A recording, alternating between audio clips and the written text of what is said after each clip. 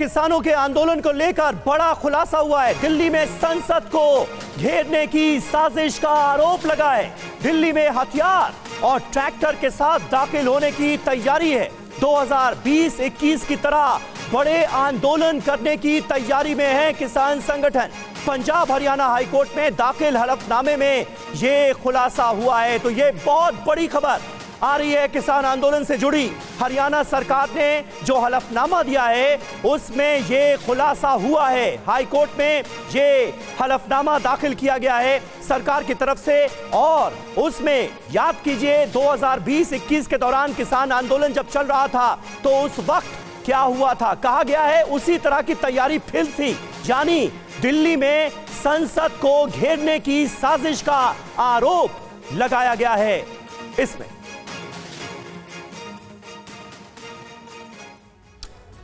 और साथ ही आपको यह बताते हैं कि किसानों पर हाईकोर्ट में हरियाणा सरकार ने जो हलफनामा दिया, जिसके बारे में अभी खबर आपको समीर ने दी, इसमें क्या कहा गया है।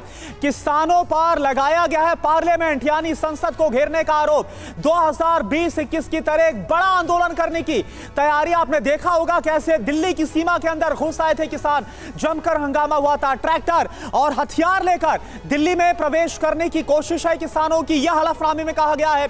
शांतिपूर्ण आंदोलन नहीं कहा जा सकता, फिर इसे हलफनामे में साफ तौर पर हरियाणा सरकार ने यह बात कही है, इसलिए किसानों को दिल्ली जाने से रोका जा रहा है। और मोहित मल्होत्रा हमारे साथ अंबाला चंडीगढ़ हाईवे से जुड़े हैं। मोहित, इसी खबर पर सबसे पहले आपसे जानकारी है, तो बहुत बड़ी बात है जो हलफनामे में कह दिया। हमने देखा था पिछली दफा क्या हुआ था, लाल किले तक जमकर हंगामा हुआ, लेकिन इस बार तो संसद घेराव को लेकर बात कही जा रही है। देखिए, इस वक्त मेरे फ़ोन में वो एफिडेविट है जो हरियाणा सरकार के एडिशनल चीफ सेक्रेटरी हैं होम डिपार्टमेंट के टी.वी.एस.एन. प्रसाद, उनकी तरफ से दिया गया है पंजाब हरियाणा हाई कोर्ट में।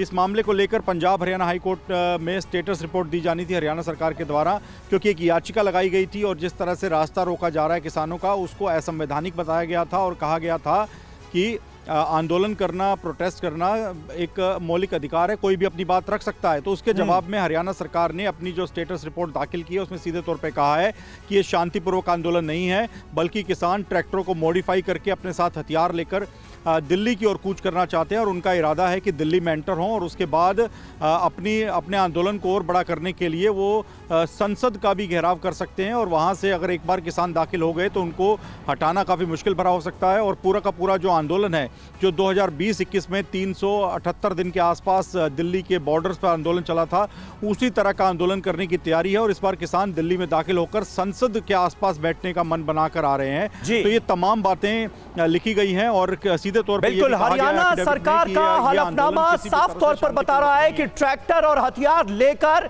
दिल्ली में घुसने की बड़ी साजिश रची गई थी और संसद के घेराव की भी प्लानिंग थी, यानी बड़े पैमाने पर बवाल हो सकता था। इस वजह से हरियाणा बॉर्डर पर ही इन किसानों को रोका जा रहा है, यह कहा गया है हरियाणा सरकार के इस हलफनामे में। जल्दी से शंभू बॉर्डर का रुख करते हैं, जितेंद्र भाटी वहां से हमारे साथ मौजूद हैं। जितेंद्र, इस बीच किसानों की स्ट्रैटेजी क्या नजर आ रही है, क्योंकि वार्ता तो रविवार को होनी है, ऐसे में किसान क्या एक बार फिर दिल्ली के अंदर दाखिल होने की कोशिश करेंगे क्या?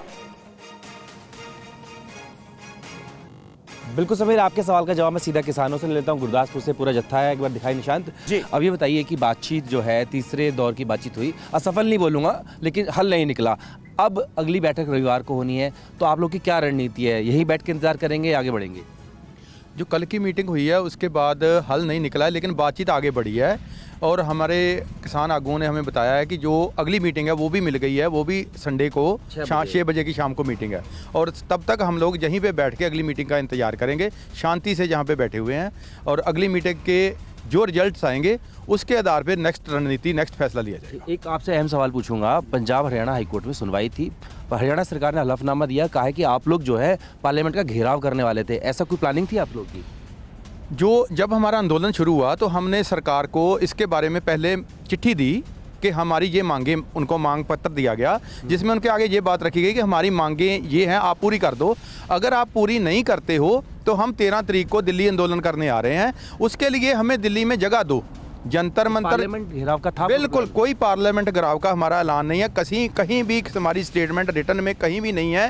लेकिन हम दिल्ली आंदोलन के लिए, शांतमयी आंदोलन में, लोकतांत्रिक तरीके से आंदोलन के लिए जा रहे हैं, जिसमें हमारा पूरे तरह से शांतमयी आंदोलन चल रहा है। जैसे पहले शांतमयी हुआ था, इस बार भी उसी तरह से शांतमयी दिल्ली आंदोलन धरने के लिए जा रहे हैं, जिसके लिए हमने सरकार से मांग रखी है, हमें जगह दे दो, जंतर मंतर दे दो, रामलीला ग्राउंड दे दो। हमारी कोई गलत मंशा नहीं है, हमारी कोई जिद नहीं है। जहां धरना प्रदर्शन करने का हमारा संविधान हमें हक देता है, हम वही हक मांग। बिल्कुल जितेंद्र भाटी, हम देख पा रहे हैं हालांकि जो किसान जिनसे आप बात कर रहे हैं वो इससे साफ इंकार कर रहे हैं। उनका यह कहना है वो तो जंतर मंतर पर जाकर बैठना चाहते हैं, धरना देना चाहते हैं, लेकिन संसद घेराव का उनकी कोई मंशा नहीं है।